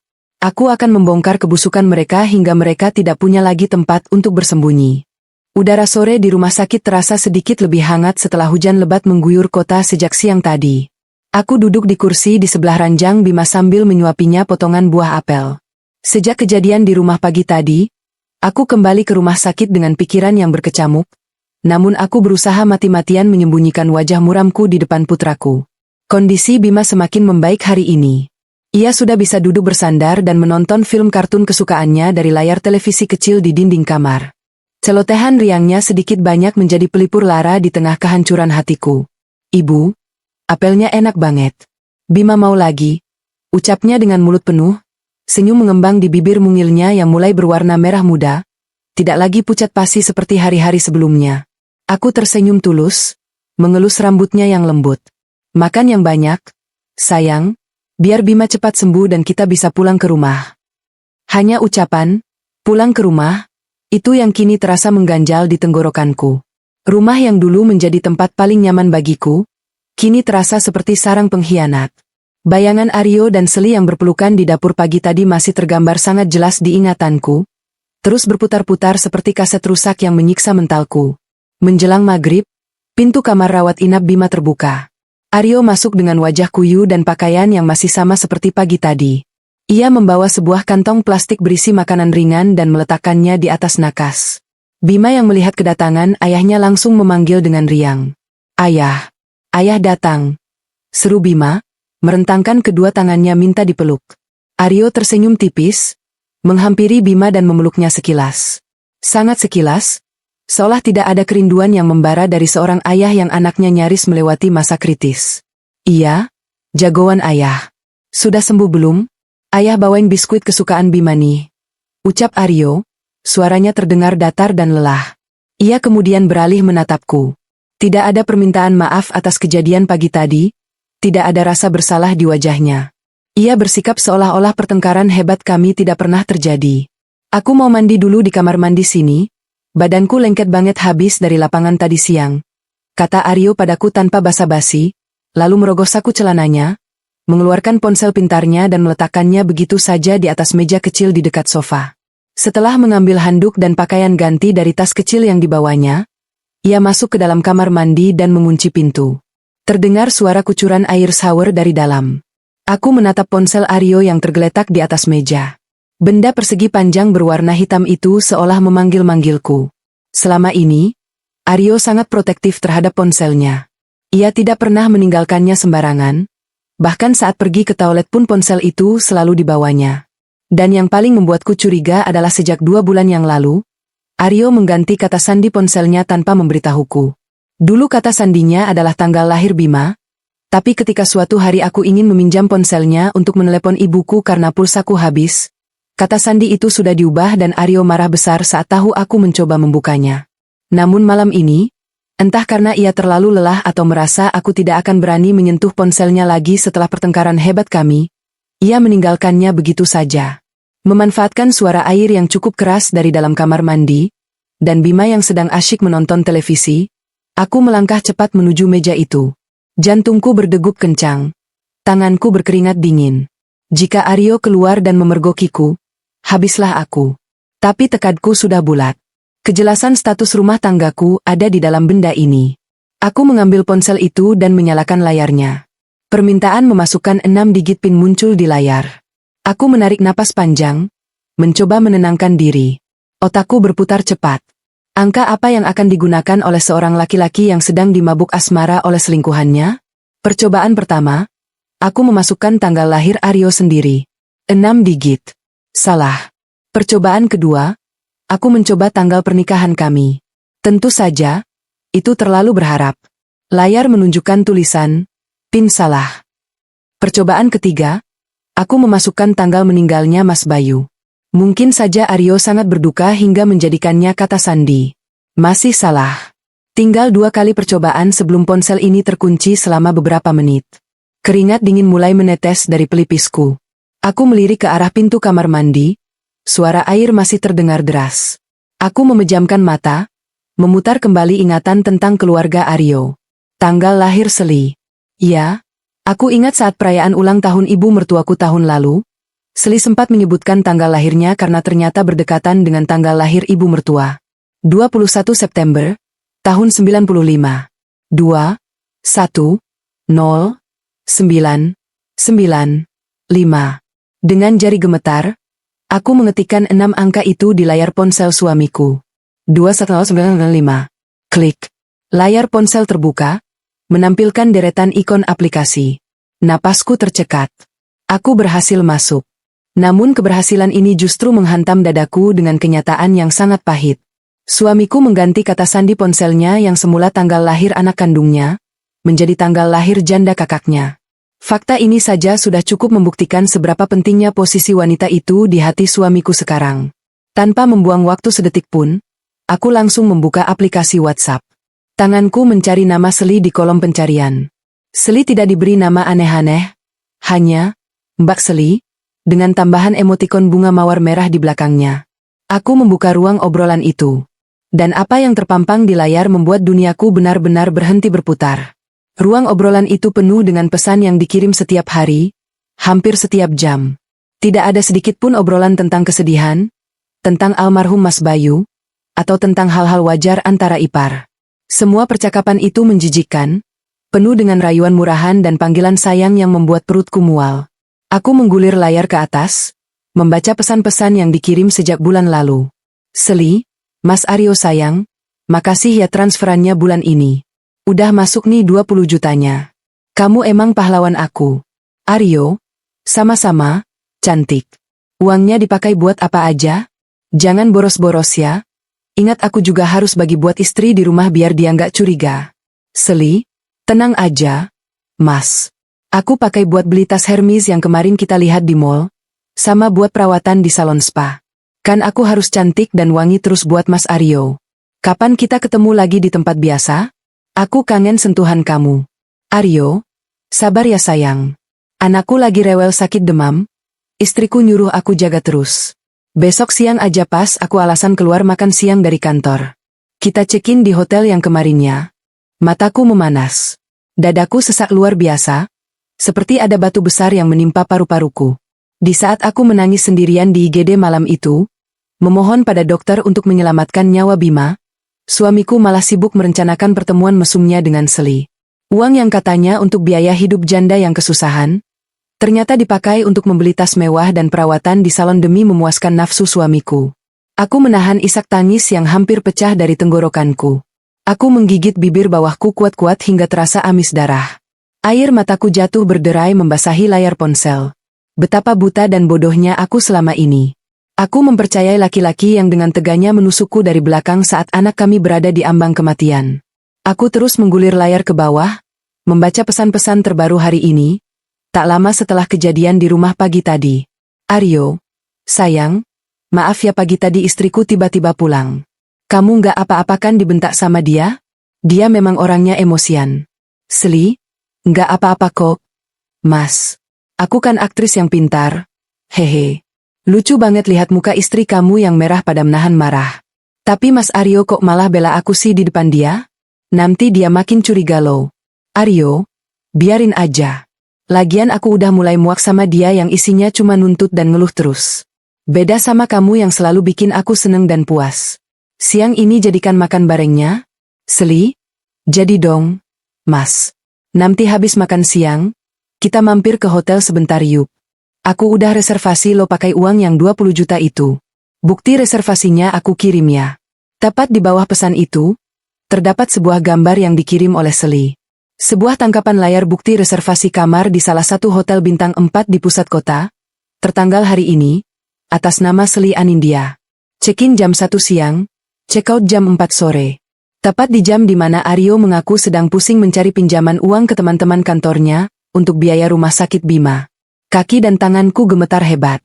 Rasa muak, jijik, marah, dan sakit hati bercampur menjadi satu adonan emosi yang siap meledak kapan saja. Aku merasa seperti ditampar berkali-kali oleh kenyataan. Aku merawat anaknya siang malam hingga kurang tidur dan kelaparan, sementara ia asyik bersetubuh dengan janda kakaknya di hotel mewah berbekal puluhan juta uang yang seharusnya menjadi hakku dan anakku. Aku tidak punya banyak waktu. Suara air di kamar mandi sudah berhenti mengalir. Aryo bisa keluar kapan saja. Dengan kecepatan penuh, aku mengambil ponselku sendiri dari saku dasterku. Aku mengirim semua bukti itu, tangkapan layar obrolan mesum mereka, bukti transfer puluhan juta, hingga bukti reservasi hotel, ke nomor WhatsAppku. Setelah semua terkirim, aku segera menghapus pesan riwayat penerusan di ponsel Aryo agar ia tidak tahu bahwa aku telah menyalin semuanya. Aku mengunci kembali layar ponsel Aryo dan meletakkannya kembali ke posisi semula di atas meja, tepat beberapa detik sebelum terdengar bunyi klik dari gagang pintu kamar mandi. Aryo keluar dengan rambut basah, mengusap lehernya dengan handuk. Ia melirik sekilas ke arah ponselnya, lalu menatapku yang sedang duduk diam di sofa. "Kamu kenapa? Kok mukanya merah begitu?" tanya Aryo santai, sama sekali tidak menaruh curiga bahwa aku baru saja menguliti semua kebusukannya. Aku menundukkan kepala, berusaha mengatur napasku yang masih memburu. Aku menghapus sisa air mata di pipiku dengan cepat. Ketika aku mengangkat wajah, aku memaksakan sebuah senyuman tipis, senyuman paling palsu yang pernah kubuat seumur hidupku. "Enggak apa-apa, Mas. Cuma kelilipan debu tadi pas buka jendela." "Oh iya," kata dokter. "Besok lusa Bima kemungkinan sudah boleh pulang kalau hasil lab darahnya bagus. Kamu senang kan, Mas?" Ucapku dengan suara setenang mungkin, meski di dalam hati aku sedang mengasah pisau dendam setajam-tajamnya. "Oh, syukurlah kalau begitu. Ya sudah, kamu urus saja nanti administrasinya. Uangnya sudah aku transfer ke rekeningmu siang tadi hasil pinjam teman," jawab Aryo acuh tak acuh, berjalan menuju ranjang Bima dan mengusap kepala anaknya. Aku menatap punggung suamiku dengan tatapan dingin yang mematikan. "Silakan kamu bersandiwara sekarang, Mas. Silakan kamu nikmati masa-masa indahmu dengan janda murahan itu. Silakan kamu anggap aku istri bodoh yang bisa kamu bohongi dengan mudah." Air mataku sudah mengering hari ini. Tidak akan ada lagi Yumna yang menangis memohon perhatian darimu. Di dalam genggaman tanganku yang berada di dalam saku daster, ponselku terasa hangat, menyimpan semua bukti kehancuran kalian. Aku tidak akan gegabah. Aku akan menyusun rencana yang sangat matang. Aku akan menyiapkan sebuah hidangan penutup yang tak terlupakan untuk kalian berdua. Tunggu saja, Mas Aryo dan Seli. Kalian pikir kalian bisa bersenang-senang di atas penderitaanku? Aku akan memastikan kalian menyesali perbuatan kalian hingga ke liang lahat. Permainan baru saja dimulai, dan kali ini, akulah yang akan menentukan aturan mainnya. Kamar mandi rumah sakit ini terasa begitu dingin dan pengap, berbanding terbalik dengan panas yang sedang membakar rongga dadaku. Aku mengunci pintu rapat-rapat, bersandar pada daun pintu berbahan plastik murahan itu, lalu membiarkan tubuhku luruh perlahan ke lantai berubin putih yang lembab. Di sanalah, di sudut ruangan sempit yang berbau karbol menyengat ini, pertahananku benar-benar hancur tak bersisa. Aku membekap mulutku sendiri dengan kedua telapak tangan, berusaha meredam suara isak tangis yang meledak dari kedalaman jiwaku, agar tidak terdengar sampai ke ruang rawat tempat anakku terlelap. Air mataku mengalir deras bak bendungan yang jebol. Dadaku naik turun dengan ritme yang tidak beraturan, meraup oksigen yang seolah mendadak lenyap dari udara. Sakit. Rasanya sungguh luar biasa sakit. Hantaman pengkhianatan ini terasa jauh lebih menyakitkan daripada rasa sakit fisik apapun yang pernah kualami seumur hidupku. Terbongkarnya rahasia menjijikan antara suamiku dan kakak iparku bagaikan sebilah belati berkarat yang ditusukkan tepat ke jantungku, lalu diputar perlahan-lahan tanpa ampun. 5 tahun, batinku merintih pilu. 5 tahun aku mengabdi menjadi istri yang penurut. Aku rela meninggalkan karirku di dunia kerja yang sedang menanjak, hanya demi memenuhi permintaannya agar aku fokus mengurus rumah dan membesarkan putra kami. Aku menjaga kehormatannya, menghemat setiap rupiah uang belanja yang diberikannya, melayani segala kebutuhannya dari ujung kepala hingga ujung kaki. Aku bahkan tidak pernah menuntut perhiasan mewah atau liburan ke luar negeri seperti istri teman-temannya. Bagiku, melihat suamiku pulang dengan senyum dan anakku tumbuh sehat sudah lebih dari cukup. Namun, apa balasan yang kuterima atas segala pengorbanan dan kesetiaanku? Di saat anak kandungnya sendiri berjuang di ambang kematian, terbaring dengan tubuh dipenuhi selang infus dan jarum suntik, suamiku malah berpesta pora dengan wanita lain. Dan wanita itu bukan sembarang orang, melainkan istri dari mendiang kakaknya sendiri. Betapa rusaknya moral laki-laki yang selama ini kupanggil dengan sebutan suami. Betapa hinanya ia mencuri uang yang seharusnya menjadi hak darah dagingnya demi memuaskan nafsu binatangnya, dan membelikan barang-barang mewah untuk janda kegatalan itu. Bayangan bukti-bukti percakapan mesum dan foto pemesanan kamar hotel yang baru saja kusalin dari ponsel suamiku kembali berkelebat di benakku bak kaset rusak. Tulisan tangan suamiku yang mengetikkan kata, cantik, dan sayang, untuk Seli terasa seperti siraman air keras di wajahku. Mengingat suamiku menyentuh wanita lain di atas ranjang hotel di saat aku tidak tidur berhari-hari mengompres dahi anakku yang demam tinggi, membuat isi perutku bergejolak hebat. Aku merangkak menuju kloset dan muntah, mengeluarkan cairan pahit dari lambungku yang kosong karena sedari pagi aku belum menelan makanan apapun. Aku terbatuk-batuk, mengusap sisa air mata dan keringat dingin di wajahku. Aku menatap pantulan diriku di cermin wastafel yang sedikit berkerak. Wajahku terlihat sangat mengerikan. Kantung mataku menghitam dan membengkak, kulitku pucat kusam tak terawat, rambutku kusut masai dan bibirku pecah-pecah. Aku terlihat seperti mayat hidup. Pantas saja suamiku dengan mudahnya berpaling pada Seli yang selalu tampil sempurna dengan riasan mahal dan gaun ketatnya. Suamiku sengaja membuatku menjadi pembantu tak bergaji di rumah, lalu mencari hiburan di luar sana berbekal dali belas kasihan. Namun, seiring dengan tatapan mataku yang menajam menembus cermin itu, isak tangisku perlahan mulai mereda. Rasa sakit yang tadi menguasai hatiku perlahan membeku, berubah wujud menjadi bongkahan amarah yang dingin dan mematikan. Aku menyalakan keran wastafel, membasuh wajahku dengan air dingin berkali-kali hingga rasa panas di mataku berkurang. Aku menatap lurus ke dalam manik mataku sendiri di pantulan cermin itu. Cukup. Cukup sampai di sini aku menjadi wanita bodoh yang menangis meratapi nasib. Air mata ini adalah air mata terakhir yang aku keluarkan untuk laki-laki pengkhianat bernama Aryo. Mulai detik ini, tidak akan ada lagi setetes pun air mata kesedihan untuknya. Ia tidak pantas mendapatkan tangisanku. Jika ia dan Seli berpikir mereka bisa membuangku begitu saja setelah menginjak-injak harga diriku, mereka salah besar. Mereka telah membangunkan singa betina yang sedang terluka, dan aku tidak akan segan-segan mengoyak daging mereka untuk melindungi anakku dan membalas dendamku. Aku mengeringkan wajahku dengan tisu, lalu mengeluarkan ponsel dari saku dasterku. Dengan pikiran yang kini terasa sangat jernih dan terfokus, aku membuka galeri ponselku. Ratusan tangkapan layar bukti perselingkuhan mereka terpampang di sana. Bukti transfer uang puluhan juta rupiah, Percakapan saling merayu, bukti pemesanan hotel bintang 4, hingga mutasi rekening yang menunjukkan betapa suamiku membohongiku tentang kondisi keuangannya. Aku tidak boleh lengah. Ponsel bisa saja rusak atau hilang. Aku segera membuat sebuah folder khusus di penyimpanan awan Google Drive milikku, mengunggah semua bukti tersebut ke sana, dan memberikan kata sandi yang sangat rumit agar tidak ada satupun orang yang bisa meretasnya. Aku juga mengirimkan salinan folder tersebut ke alamat email rahasiaku yang lain sebagai cadangan. Setelah memastikan semua bukti tersimpan dengan aman, aku menghapus bersih semua jejak pengiriman pesan dari nomorku ke nomor suamiku, memastikan ia tidak akan pernah curiga bahwa aku telah menyadap seluruh isi ponselnya. Keluar dari kamar mandi, aku sudah menjadi sosok Yumna yang baru. Yumna yang tidak lagi cengeng, melainkan Yumna sang perencana kehancuran. Dokter Rian masuk ke ruangan tidak lama setelah aku selesai merapikan perasaanku. Ia membawa lembaran hasil laboratorium Bima yang terbaru. Senyum ramah menghiasi wajah dokter muda itu, membawa kabar gembira yang paling kutunggu-tunggu.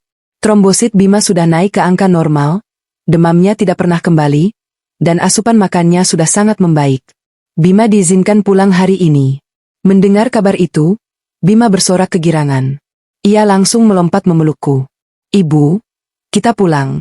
Bima mau tidur di kamar Bima, mau main robot lagi. Serunya riang. Aku memeluk tubuh kurusnya dengan erat, mengecup puncak kepalanya berkali-kali. Iya, sayang. Kita pulang. Bima anak hebat. Bima sudah sembuh. Bisikku, berusaha menjaga nada suaraku agar tetap ceria di depan anakku. Sembari menunggu suamiku datang menjemput, aku mulai mengemasi pakaian Bima dan barang-barang kami ke dalam tas. Aku bergerak dengan sangat efisien, tanpa sedikit pun keraguan. Suamiku mengabari lewat pesan singkat bahwa ia sudah membayar sisa tagihan rumah sakit di bagian administrasi, dan sedang berjalan menuju kamar.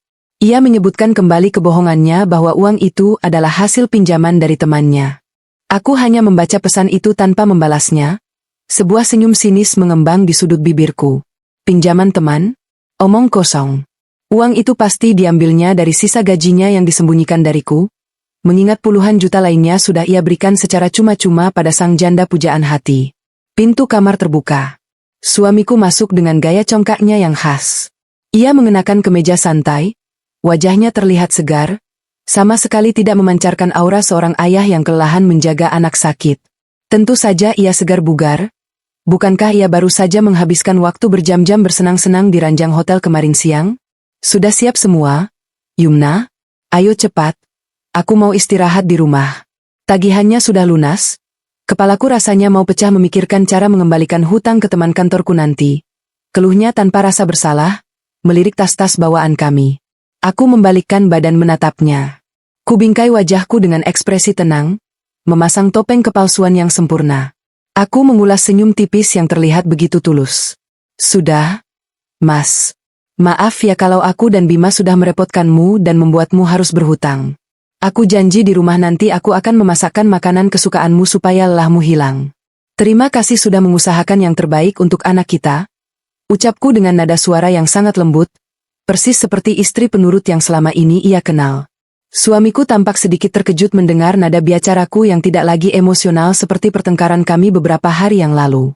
Ia mungkin mengira aku akan mengungkit masalah Seli lagi atau marah-marah soal biaya. Namun melihatku begitu manis dan patuh, raut wajahnya berubah menjadi puas dan bangga. Ia mengangguk pelan, merasa menang karena telah berhasil membungkam kecurigaanku. Ya, begitulah seharusnya istri. Jangan suka berpikiran negatif pada suami yang sedang banting tulang. Balasnya angkuh, lalu berjalan mendahuluiku membawakan tas yang paling ringan, sementara aku harus menggendong Bima dan menenteng tas yang besar. Sepanjang perjalanan pulang di dalam mobil, suasana terasa sangat canggung, setidaknya bagi suamiku yang beberapa kali melirikku dari kaca spion tengah. Aku duduk di kursi belakang sambil memangku Bima yang tertidur karena pengaruh obat anti mual sebelum pulang. Aku memilih untuk diam, menatap keluar jendela memperhatikan jalanan kota yang padat. Tidak ada lagi percakapan hangat. Tidak ada lagi rasa cinta di hatiku saat menatap punggung tegap pria yang sedang mengemudi di depanku. Yang ada hanyalah rasa muak yang luar biasa. Sesampainya di rumah, suamiku langsung melempar tubuhnya di atas sofa ruang keluarga untuk menonton televisi. Sementara aku harus membopong Bima ke kamarnya, menyelimutinya, lalu membereskan barang-barang bawaan dari rumah sakit sendirian. Saat aku melewati dapur untuk membuatkan susu, ekor mataku tak sengaja melirik ke arah sudut meja makan. Tepat di titik di mana aku memergoki suamiku dan Seli berpelukan mesra tempo hari. Jemariku mengepal kuat hingga kuku-kukuku menusuk telapak tangan. Aku memejamkan mata sejenak, mengusir bayangan menjijikan itu dari kepalaku. Aku tidak akan membiarkan rumah ini, tempat di mana aku membesarkan anakku dengan penuh kasih sayang, terus-menerus dikotori oleh perbuatan maksiat mereka. Aku akan membersihkan semuanya hingga ke akar-akarnya. Setelah memastikan Bima tertidur lelap, aku berjalan kembali ke ruang keluarga. Suamiku masih asyik dengan ponselnya, tertawa kecil melihat layar. Aku tahu betul dengan siapa ia sedang bertukar pesan. Dengan langkah pelan, aku menghampirinya dan duduk di sofa sebelahnya. Aku menatapnya dengan wajah polos. Sebuah rencana matang mulai bergulir dalam kepalaku. "Mas," panggilku lembut. Suamiku buru-buru mengunci layar ponselnya dan membalikkan badannya ke arahku, sedikit gelagapan. "Ya, kenapa?" "Bima kan sudah sembuh. Aku sangat bersyukur kita bisa melewati masa-masa kritis ini," ujarku memulai pancingan. "Iya, syukurlah. Bagaimana kalau akhir pekan ini kita adakan syukuran kecil-kecilan di rumah? Cuma makan malam keluarga inti saja. Aku ingin memasak tumpeng dan hidangan spesial. Hitung-hitung untuk membuang sial dan wujud syukur pada Tuhan karena Bima sudah sehat kembali. Sekalian juga mempererat tali silaturahmi yang belakangan ini agak renggang karena kesibukan masing-masing." Aku menatap matanya dalam-dalam, memastikan tidak ada sedikit pun keraguan dalam suaraku. Aku tengah menyusun panggung pertunjukanku. Panggung di mana mereka berdua akan menjadi bintang utama dalam kehancuran yang tak akan pernah mereka lupakan. Suamiku tampak menimbang-nimbang usulanku. Dahinya sedikit berkerut, seolah mencoba mencari tahu apakah ada motif tersembunyi di balik rencana makan malam keluarga yang tiba-tiba ini. Namun, karena aku memasang wajah yang sangat datar dan tulus, kecurigaannya perlahan memudar. "Makan malam keluarga? Cuma keluarga inti saja kan? Ayah? Ibu? Terus, siapa lagi?" tanyanya dengan nada hati-hati, memancing nama seseorang yang sangat kutahu ingin sekali ia undang. Aku tersenyum dalam hati. Umpan telah dimakan. Tentu saja ayah dan ibu mertua. Dan pastinya, Mbak Seli, Mas. Bagaimanapun juga, Mbak Seli kan sekarang hidup sendirian sejak Mas Bayu meninggal. Pasti dia butuh suasana kekeluargaan yang hangat supaya tidak merasa kesepian. Lagi pula, kemarin kan Mbak Seli sempat mampir ke sini. Masa kita ada acara syukuran tapi tidak mengundang kakak ipar sendiri? Tidak enak rasanya. Mendengar nama Seli disebut, raut wajah suamiku langsung berubah cerah. Matanya sedikit berbinar, meski ia berusaha keras menyembunyikannya dengan deheman pelan. Ego lelakinya pasti merasa sangat bangga melihat istrinya yang dulu cemburu buta, kini justru berbaik hati mengundang selingkuhannya ke rumah. Ia pasti mengira aku sudah sepenuhnya sadar dan menerima kewajibannya untuk menjaga sang janda. Baguslah kalau kamu sudah bisa berpikir dewasa, Yumna. Aku setuju. Ibu dan bapak pasti senang diundang makan enak. Apalagi masakanku kan memang selalu cocok di lidah mereka. Mbak Seli juga pasti senang bisa kumpul-kumpul. Nanti aku yang sampaikan undangannya ke mereka. Hari Sabtu malam kan? Jawab suamiku dengan semangat yang berlebihan. Iya, Mas. Sabtu malam. Biar Bima juga ada waktu untuk istirahat total beberapa hari ini sebelum rumah ramai. Balasku lembut, padahal dalam hati aku sedang menahan tawa sinis yang hampir meledak. Begitu mudahnya laki-laki ini diperdaya oleh egonya sendiri. Ia tidak tahu bahwa undangan makan malam ini bukanlah syukuran biasa. Ini adalah undangan ke tiang gantungan yang telah kusiapkan khusus untuk lehernya dan leher kakak iparnya yang gatal itu. Hari-hari menjelang Sabtu kuhabiskan dengan persiapan yang matang dan sangat terukur. Di siang hari saat suamiku bekerja, aku tidak hanya sibuk mengurus Bima dan berbelanja bahan makanan, melainkan juga menyusun strategi teknis. Aku menyadari bahwa bukti digital di ponsel saja tidak cukup memberikan efek kejut yang maksimal di depan mertuaku. Aku butuh bukti nyata, bukti visual yang tertangkap basah di depan mata kepala, agar mereka tidak bisa lagi berkilah mengatasnamakan ketidaksengajaan. Melalui sebuah toko daring, aku memesan sebuah kamera pengintai mini tersembunyi, Spycam. Bentuknya sangat kecil, hanya sebesar koin, dan dirancang khusus untuk menyerupai hiasan dinding kecil yang bisa menempel di mana saja. Begitu paket itu tiba di tanganku, aku langsung beraksi. Aku mencari posisi yang paling strategis di dapur, tempat di mana mereka berdua pernah berciuman dan berpelukan tempo hari. Aku tahu persis kebiasaan buruk mereka. Jika diberi sedikit saja ruang dan kesempatan, mereka pasti tidak akan tahan untuk tidak mencuri-curi waktu bermesraan, bahkan di dalam rumahku sendiri. Aku menempelkan lensa kamera mungil itu tepat di balik pot tanaman rambat buatan yang bertengger di atas lemari pendingin. Posisinya agak tinggi, mengarah langsung ke sudut meja pualam tempat suamiku biasa menyender, menyapu seluruh area dapur tanpa terhalang apapun. Aku menghubungkan kamera tersebut ke jaringan nirkabel di rumah dan menyinkronkannya dengan ponselku. Aku berjalan mondar-mandir di dapur, mencoba berbagai sudut, dan mengecek layar ponselku. Sempurna. Kualitas videonya sangat jernih dan suaranya tertangkap dengan jelas. Tidak ada satu manusia pun yang akan menyadari keberadaan mata elektronik ini. Hari Sabtu pun tiba. Sejak pagi, aku sudah sibuk berkutat di dapur. Aku sengaja memasak besar-besaran agar suamiku tidak curiga.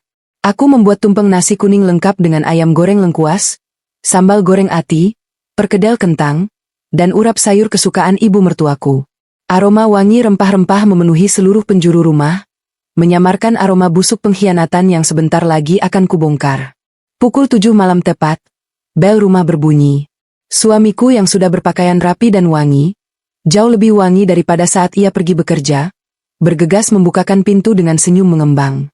Dari arah dapur, aku bisa mendengar suara riuh sapaan ibu dan ayah mertuaku, disusul dengan suara melengking manja yang sangat kubenci. Seli telah tiba. Aku mengelap tanganku yang basah dengan serbet, merapikan sedikit rambutku, lalu berjalan menuju ruang tamu dengan senyum manis yang sudah kulatih semalaman di depan cermin. Wah, cucu kesayangan nenek sudah sehat ya?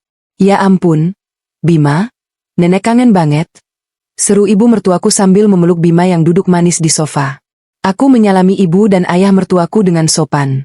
Selamat malam, Pak, Bu. Silakan duduk. Maaf merepotkan malam-malam.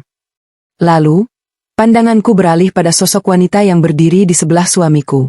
Seli mengenakan blus sutra berwarna salem yang potongannya cukup rendah di bagian dada, dipadukan dengan rok span selutut yang menonjolkan lekuk tubuhnya. Penampilannya sungguh sangat berlebihan untuk ukuran makan malam keluarga biasa di rumah. Ia membawa sebuah kotak kado berukuran sedang bermotif kartun. Hai, Yumna. Wah, aroma masakanmu sampai tercium ke jalan depan lo. Ini, Tante Seli bawakan mainan Lego buat Bima kesayangan Tante. Bima suka kan? Ucap Seli dengan suara lembut yang dibuat-buat, menyodorkan kado itu pada anakku. Aku tersenyum tipis, menerima kado itu karena Bima terlihat canggung. Terima kasih, Mbak Seli. Repot-repot segala. Silakan duduk, Mbak. Sepanjang setengah jam pertama, suasana ruang tamu dipenuhi dengan obrolan ringan seputar kesehatan Bima dan cuaca hari ini. Seli bertingkah seolah-olah ia adalah anggota keluarga yang paling peduli, mengusap-usap rambut Bima dan sesekali melempar lelucon yang membuat ayah mertuaku tertawa. Namun, mataku yang kini telah terlatih tidak bisa ditipu. Berkali-kali aku menangkap basah tatapan mata Seli yang saling berbalas dengan suamiku. Tatapan yang penuh dengan hasrat rahasia, sebuah komunikasi tanpa kata yang menjijikkan. Kini saatnya menjalankan rencana. Bapak, Ibu, Mbak Seli, silakan mengobrol dulu ya. Yumna mau ke belakang sebentar menyiapkan piring dan minumannya. Mas Aryo, bisa tolong bantu aku sebentar angkat mangkuk sayurnya? Agak berat soalnya. Pintaku dengan nada manja yang natural. Oh, tentu sayang, jawab suamiku ringan, berdiri dari sofa dan mengikutiku ke dapur. Sesampainya di dapur, aku sengaja menata piring-piring dengan gerakan yang agak lambat. Suamiku berdiri di sampingku, meraih mangkuk besar berisi sayur urap. Mas, es batunya habis. Kamu tolong ke warung depan kompleks sebentar ya beli es batu kristal? Ibu kan tidak suka minum sirup kalau tidak dingin. Nanti sekalian Mbak Seli pasti juga suka yang dingin-dingin, kataku sambil memeriksa wadah es di kulkas yang memang sengaja kukosongkan sejak sore. Loh, kok baru bilang sekarang? Kan tadi sore bisa beli, keluh suamiku. Maaf, Mas, aku lupa saking sibuknya masak. Sebentar saja kok, Mas pakai motor saja biar cepat. Biar aku yang selesaikan tata piringnya. Bujukku. Suamiku menghela napas pasrah. Ya sudah. Aku beli dulu. Ia berjalan keluar rumah melalui pintu samping dapur yang tembus ke garasi. Sesuai dugaanku, begitu mendengar suara motor suamiku menyala dan menjauh, Tak lama kemudian terdengar suara langkah kaki berhak tinggi mendekati dapur. Seli muncul dari balik tembok pembatas ruang makan. Wajahnya celingukan mencari sosok Aryo. "Loh, Yumna? Mas Aryo kemana?" Katanya tadi bantuin angkat mangkuk. Tanyanya dengan raut wajah sedikit kecewa. "Mas Aryo lagi ke depan sebentar, Mbak. Beli es batu?" Jawabku santai sambil menata sendok garpu. "Mbak Seli mau kubuatkan minum apa? Teh atau sirup melon?" "Sirup saja deh, Yumna." "Oh ya? Aku ke toilet sebentar ya." Pamit Seli cepat. Ia bergegas menuju kamar mandi tamu yang letaknya bersebelahan dengan dapur. Ini adalah momen emasku. Aku segera meninggalkan dapur, beralasan pada mertuaku di ruang tamu bahwa aku harus mengambil lap bersih di kamar belakang. Aku masuk ke dalam kamarku, mengunci pintu, dan langsung membuka aplikasi pemantau kamera di ponselku. Layar ponsel menampilkan tayangan langsung dari dapur dengan sangat jernih. Aku menahan napas, menunggu. 5 menit berlalu. Suara pagar depan berderit, pertanda suamiku telah kembali dari warung. Tak lama kemudian, sosok suamiku masuk ke dalam jangkauan kamera, membawa sebungkus plastik es batu. Ia meletakkannya di atas meja dapur. Tepat pada saat itu, pintu kamar mandi terbuka. Seli keluar dan langsung berjalan menghampiri suamiku di dapur. Karena menyangka aku masih berada di ruang belakang atau melayani mertua di depan, mereka berdua sama sekali tidak ragu-ragu. Di layar ponselku, aku melihat Seli berjalan mengendap-endap dari belakang suamiku. Wanita murahan itu tiba-tiba melingkarkan kedua tangannya di pinggang suamiku, menempelkan dada sintalnya ke punggung suamiku dengan erat. Suamiku sedikit tersentak. Namun bukannya marah atau melepaskan pelukan itu, ia justru membalikkan badannya dengan cepat. "Mbak, jangan di sini, bahaya. Nanti ada Yumna atau ibu," bisik suamiku. Suaranya tertangkap jelas oleh mikrofon kamera. Namun tindakannya berbanding terbalik dengan ucapannya. Kedua tangan suamiku justru merengkuh pinggang Seli dengan posesif. "Habisnya aku kangen, Mas. Dari tadi di depan rasanya gatal pengen peluk kamu. Istrimu itu lama banget sih nyiapin makanannya," rengek Seli manja. Ia mendongakkan wajahnya, dan tanpa rasa malu sedikit pun, ia mendaratkan kecupan panjang di pipi dan rahang suamiku. Suamiku memejamkan mata menikmati cumbuan itu, lalu membalas dengan mengecup bibir Seli sekilas. "Sabar sayang. Nanti malam kan kita bisa video call kalau Yumna sudah tidur. Sudah sana, balik ke depan. Jangan sampai ketahuan." Iya, Tuan putriku," goda Seli sambil mencubit hidung suamiku pelan, lalu melepaskan pelukannya dan berjalan melenggang kangkung kembali ke ruang tamu. Suamiku mengusap wajahnya, tersenyum sumringah, lalu pura-pura sibuk memecahkan es batu. Aku menatap layar ponselku dengan dada yang bergemuruh hebat. Tanganku bergetar menahan luapan emosi yang nyaris meledak. Bukti yang paling mematikan kini telah terekam dengan sempurna. Rekaman video berdurasi 2 menit itu telah tersimpan otomatis di memori kameraku. Sebuah adegan mesum antara 2 ekor iblis bertopeng manusia di dalam rumahku sendiri. Aku mematikan layar ponsel, memejamkan mata, dan menarik napas panjang berkali-kali untuk menstabilkan detak jantungku. Tidak, aku tidak boleh marah sekarang. Aku tidak boleh merusak pertunjukan yang sudah kusiapkan sedemikian rupa. Aku berjalan ke wastafel kamar mandi kamarku, membasuh wajahku sedikit agar terlihat segar, lalu menatap bayanganku di cermin. Bibirku melengkung membentuk senyuman paling mengerikan yang pernah kubuat. Senyum seorang algojo yang siap mengeksekusi korbannya. "Mari kita mulai pesta sesungguhnya," bisikku pada diriku sendiri. Aku membuka pintu kamar dan berjalan kembali menuju ruang makan. Di sana, mertuaku, suamiku, dan Seli sudah duduk rapi mengelilingi meja makan yang penuh dengan hidangan lezat. Mereka tertawa, bercanda, dan berpura-pura menjadi sebuah keluarga yang bahagia dan harmonis.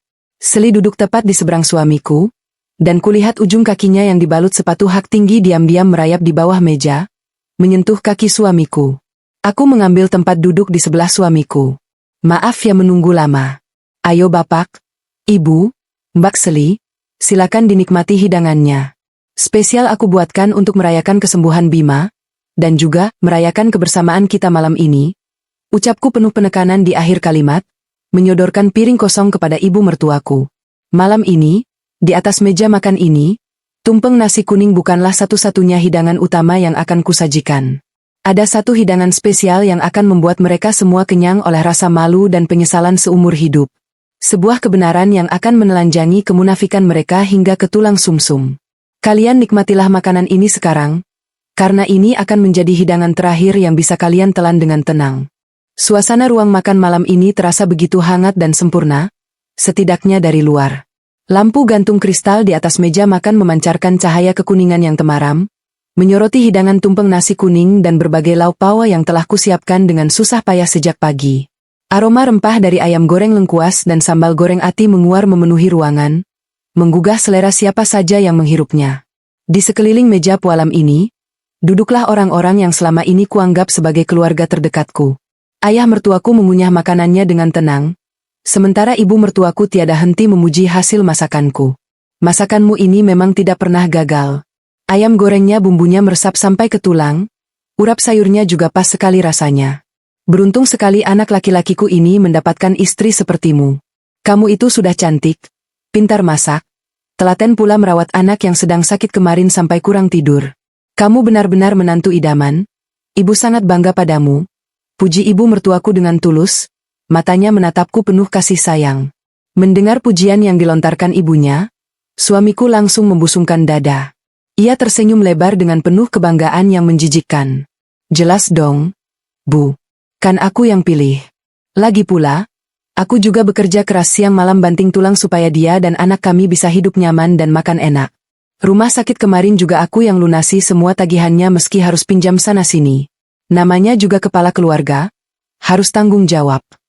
Aku menahan gejolak di perutku saat mendengar rentetan kebohongan yang keluar dari mulut laki-laki itu. Tanggung jawab?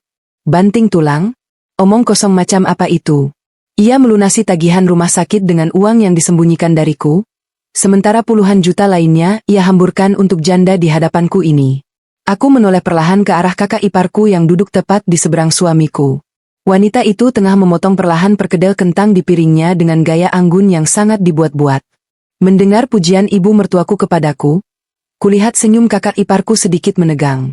Ada kilat ketidaksukaan yang terpancar dari matanya, meski ia buru-buru menutupinya dengan tawa kecil yang renyah.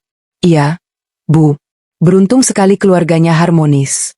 Tidak seperti nasibku sekarang, sendirian, sepi, tidak ada yang menemani makan malam. Untung saja kalian mau mengundangku malam ini. Kalau tidak, mungkin aku cuma makan mie instan sendirian di rumah sambil menangisi almarhum suamiku. Ucap kakak iparku dengan nada memelas, sengaja mencari simpati dari kedua mertuaku. Ia menundukkan kepalanya, pura-pura menyeka sudut matanya yang sama sekali tidak berair. Ibu mertuaku yang berhati lembut langsung merasa iba. Beliau mengulurkan tangannya, mengusap punggung tangan kakak iparku. Yang sabar ya, Nak. Kamu tidak sendirian kok. Kami semua ini keluargamu. Adik iparmu juga pasti akan selalu membantu menjaga dan melindungimu kalau kamu butuh bantuan apa-apa. Jangan sungkan-sungkan datang ke rumah ini. Terima kasih, Bu. Beruntung adik iparku sangat baik padaku. Balas kakak iparku dengan suara manja. Matanya dengan sengaja mencuri pandang ke arah suamiku, dan kulihat suamiku membalas tatapan itu dengan senyum simpul yang penuh arti. Ujung kaki mereka di bawah meja mungkin sedang saling bersentuhan saat ini. Mereka benar-benar tidak punya rasa malu sedikit pun. Mereka menari-nari di atas kebaikan hati kedua mertuaku dan kebodohanku selama ini. Aku mengambil gelas air putihku dan menyesapnya perlahan untuk membasahi tenggorokanku yang terasa kering. Aku menatap mereka semua dengan senyum manis yang sudah kulatih dengan sangat sempurna. Tentu saja, Bu. Kita kan keluarga, harus saling menjaga. Oh iya, mumpung semuanya sudah selesai makan, aku punya sebuah kejutan kecil. Selama anakku dirawat di rumah sakit kemarin, aku sempat merekam beberapa momen perkembangannya dari hari pertama sampai ia sembuh dan bisa pulang. Aku ingin memutarnya untuk kalian semua sebagai rasa syukur karena masa kritis itu sudah lewat. Kedua mertuaku langsung antusias mendengarnya. Wah, ide bagus itu. Bapak mau lihat bagaimana jagoan Bapak melawan sakitnya? Seru ayah mertuaku semangat. Suamiku dan kakak iparku juga mengangguk setuju tanpa curiga sedikit pun. Mereka menyangka ini hanyalah drama keluarga biasa yang membosankan. Aku berdiri dari kursiku dan berjalan menuju ruang tengah yang menyatu dengan ruang makan. Di sana, aku sudah menyiapkan sebuah proyektor mini yang terhubung langsung ke ponselku. Aku menyorotkan lensa proyektor itu ke arah dinding ruang makan yang kosong dan berwarna putih bersih, sehingga layar proyeksi itu terpampang nyata dan sangat besar, tepat di hadapan meja makan. Aku meredupkan sedikit lampu ruang makan agar gambar yang diproyeksikan terlihat semakin jelas dan tajam. Jantungku mulai berdegup kencang, memompa darahku lebih cepat. Tanganku sedikit berkeringat saat aku membuka kunci layar ponselku, namun tekadku tidak goyah sedikit pun. Aku memutar slide pertama.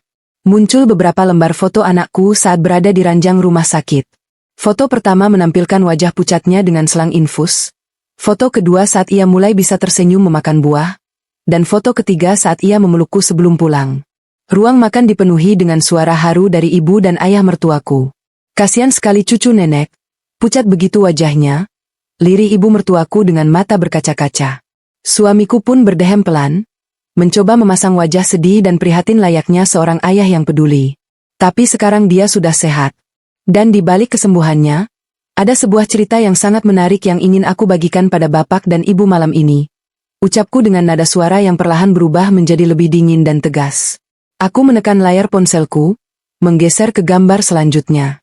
Layar proyektor kini berganti haluan.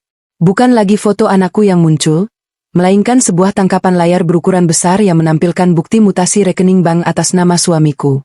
Angka-angka berwarna merah terpampang dengan sangat jelas di layar itu, lengkap dengan tanggal dan nama penerimanya. Ayah mertuaku menyipitkan matanya, mencoba membaca tulisan di dinding itu. Apa ini? Transfer bank? 20 juta rupiah? Penerimanya, tunggu, nama kakak iparmu.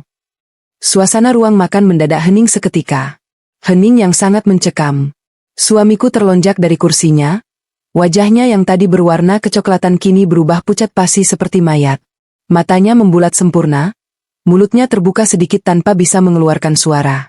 Ia menatap dinding itu, lalu menatapku dengan pandangan ngeri, menyadari bahwa ponselnya telah kuretas. Sementara itu, kakak iparku menjatuhkan sendoknya hingga bergemerincing nyaring menghantam piring keramik. Tangannya mulai gemetar. Itu apa? Nak? Adik iparmu transfer puluhan juta untuk kakak iparmu? Untuk apa uang sebanyak itu? Bukannya kemarin kamu bilang uangmu menipis untuk biaya rumah sakit? Tanya ibu mertuaku, kebingungan mulai melanda pikirannya yang lugu. Silakan tanya langsung pada pahlawan kita ini, Bu. Sindirku tajam, menunjuk tepat ke wajah suamiku. Di saat aku menangis memohon padanya untuk menebus obat anak kami, dia bilang gajinya habis. Tapi nyatanya, 2 hari sebelum anak kita pulang dari rumah sakit, dia mentransfer 20 juta rupiah untuk kakak iparku yang katanya janda malang tak berpenghasilan ini. Suamiku gelagapan. Keringat dingin mulai sebesar biji jagung mengucur dari dahinya. Pak, Bu, itu uang asuransi yang aku bantu uruskan. Bukan uangku. Iya, uang asuransi kakak yang baru cair lalu ku transfer ke dia.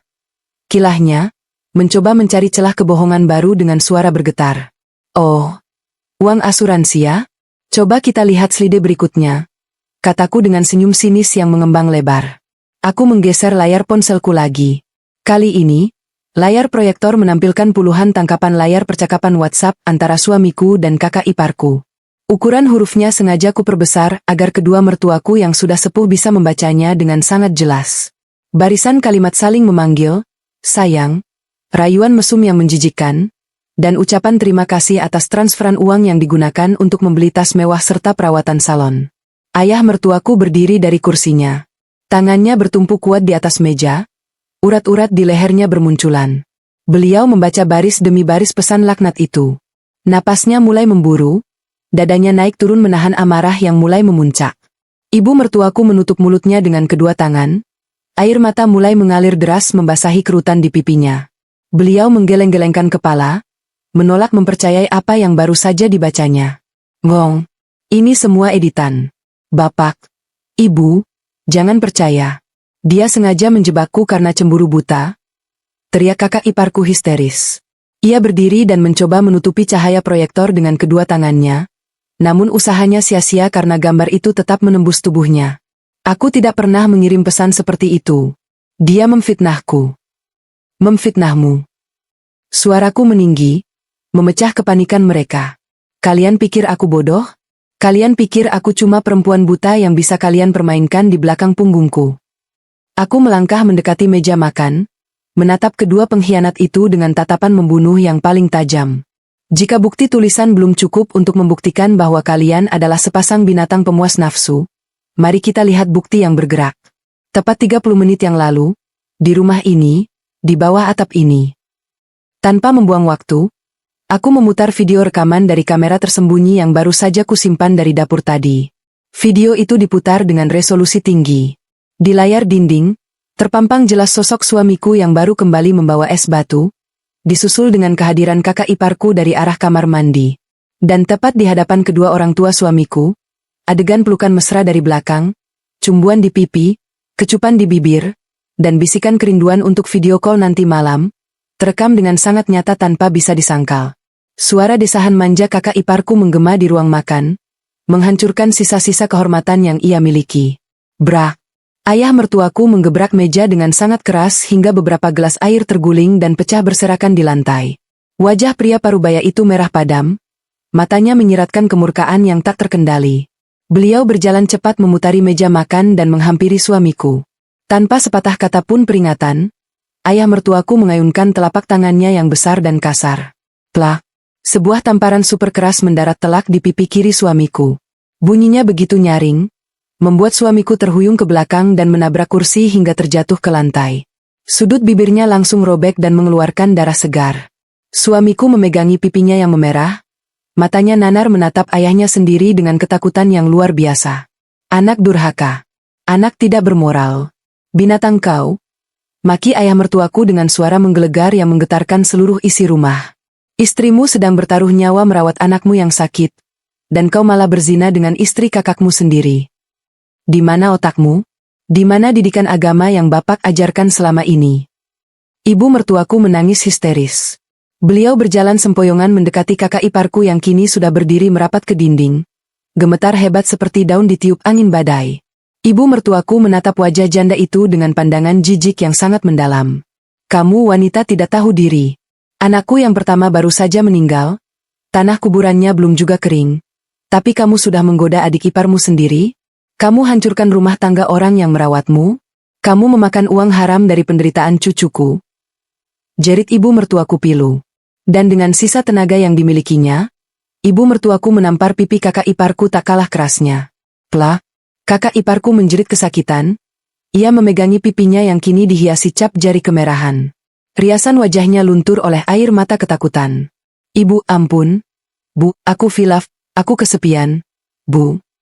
Rengeknya memuakkan, mencoba bersimpuh di kaki ibu mertuaku. Namun ibu mertuaku dengan kasar menendang tangan wanita itu, menolak untuk disentuh. Suamiku merangkak mendekatiku. Air mata buaya mulai mengalir dari matanya. Ia mencoba meraih ujung gaunku. Yumna, maafkan aku. Aku diguna-guna sama dia.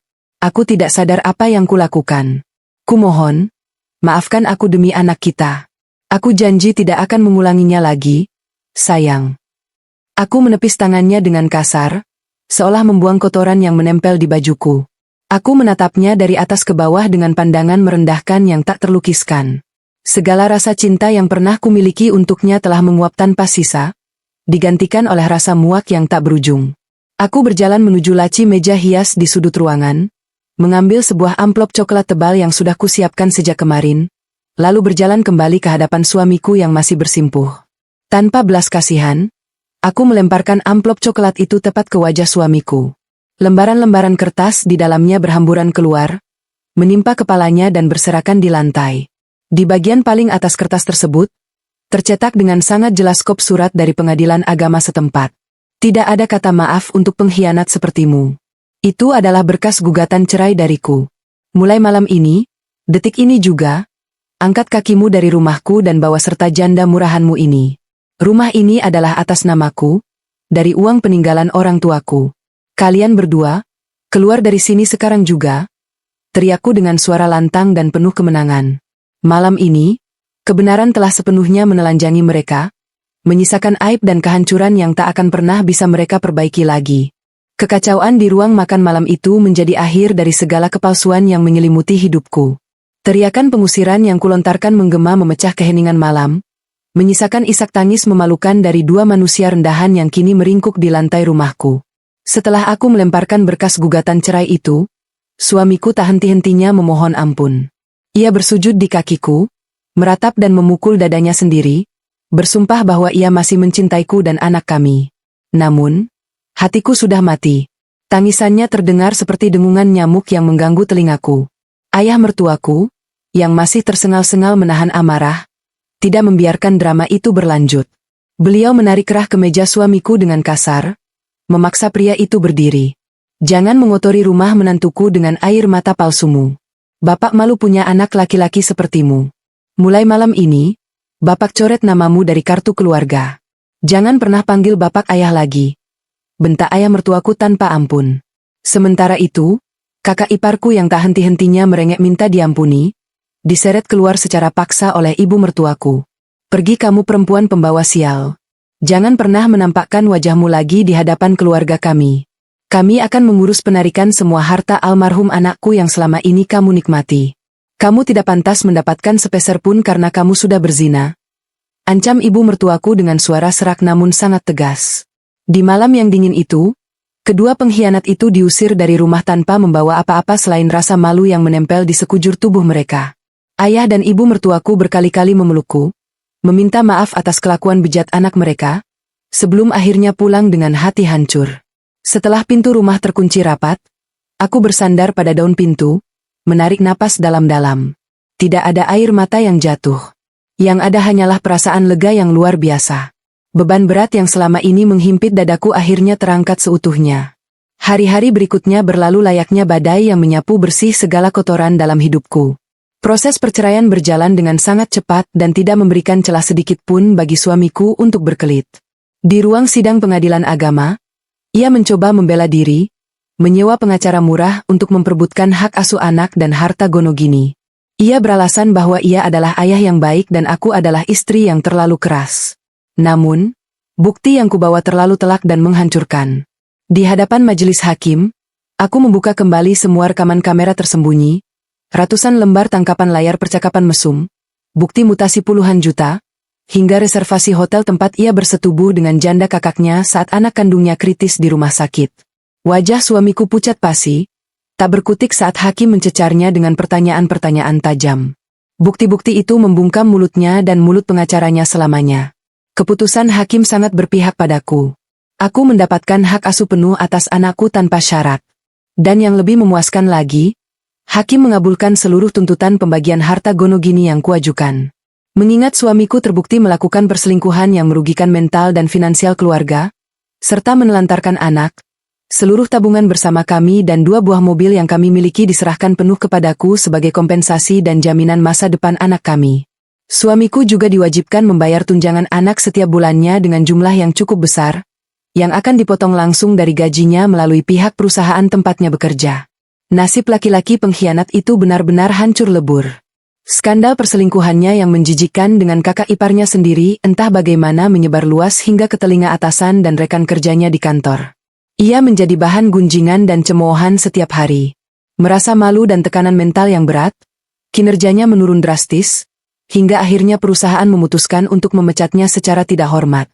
Tanpa pekerjaan, tanpa tabungan karena disita oleh pengadilan, dan dibuang oleh keluarganya sendiri, ia terpaksa menyewa sebuah kamar kos sempit di pinggiran kota yang kumuh. Untuk makan sehari-hari, kudengar ia harus berhutang pada lintah darat karena tidak ada satupun teman yang sudi meminjamkan uang pada pria bermoral bejat sepertinya. Uang puluhan juta yang dulu ia hamburkan untuk bersenang-senang, kini harus ia tebus dengan kemiskinan yang meremukkan tulang. Lalu, bagaimana dengan kakak iparku, sang janda penggoda yang merasa paling cantik sedunia itu? Nasibnya jauh lebih mengerikan dari sekadar miskin. Ayah mertuaku benar-benar menepati janjinya. Melalui jalur hukum keluarga dan bantuan pengacara andal, ayah mertuaku membekukan semua rekening peninggalan almarhum kakaknya. Rumah mewah yang selama ini ditempati wanita itu disita paksa oleh keluarga, dan mobil merah mengkilap yang dulu ia gunakan untuk pamer ke rumahku, ditarik paksa Leasing karena ia tak mampu lagi membayar cicilannya. Diusir dari keluarga kaya raya, wanita itu tidak punya tempat bernaung. Ia kembali ke rumah orang tuanya di kampung dengan membawa setumpuk aib. Warga sekitar yang sudah mendengar skandal perselingkuhannya menolak kehadirannya. Ia menjadi sampah masyarakat, dikucilkan oleh tetangga, dan bahkan orang tuanya sendiri malu untuk keluar rumah.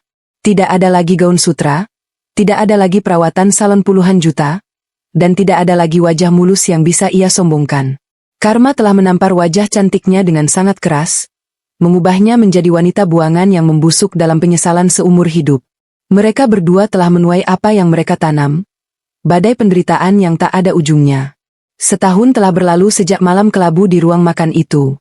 Pagi ini, sinar matahari terasa begitu hangat menyapa kulitku. Aku berdiri di balkon lantai 2 rumahku, rumah yang kini terasa begitu damai dan suci tanpa bayang-bayang pengkhianatan. Di halaman bawah, anakku berlarian lincah mengejar bola, tawanya yang lepas mengudara, menandakan bahwa ia tumbuh menjadi anak yang sehat, kuat, dan bahagia. Kondisinya pasca demam berdarah dulu sudah pulih 100%, dan ia kini tidak pernah lagi menanyakan keberadaan sosok ayah yang dulu mengecewakannya. Baginya, kasih sayang dari ibunya dan kakek neneknya sudah sangat lebih dari cukup untuk memenuhi dunianya. Kehidupanku pun telah berubah drastis menjadi jauh lebih baik.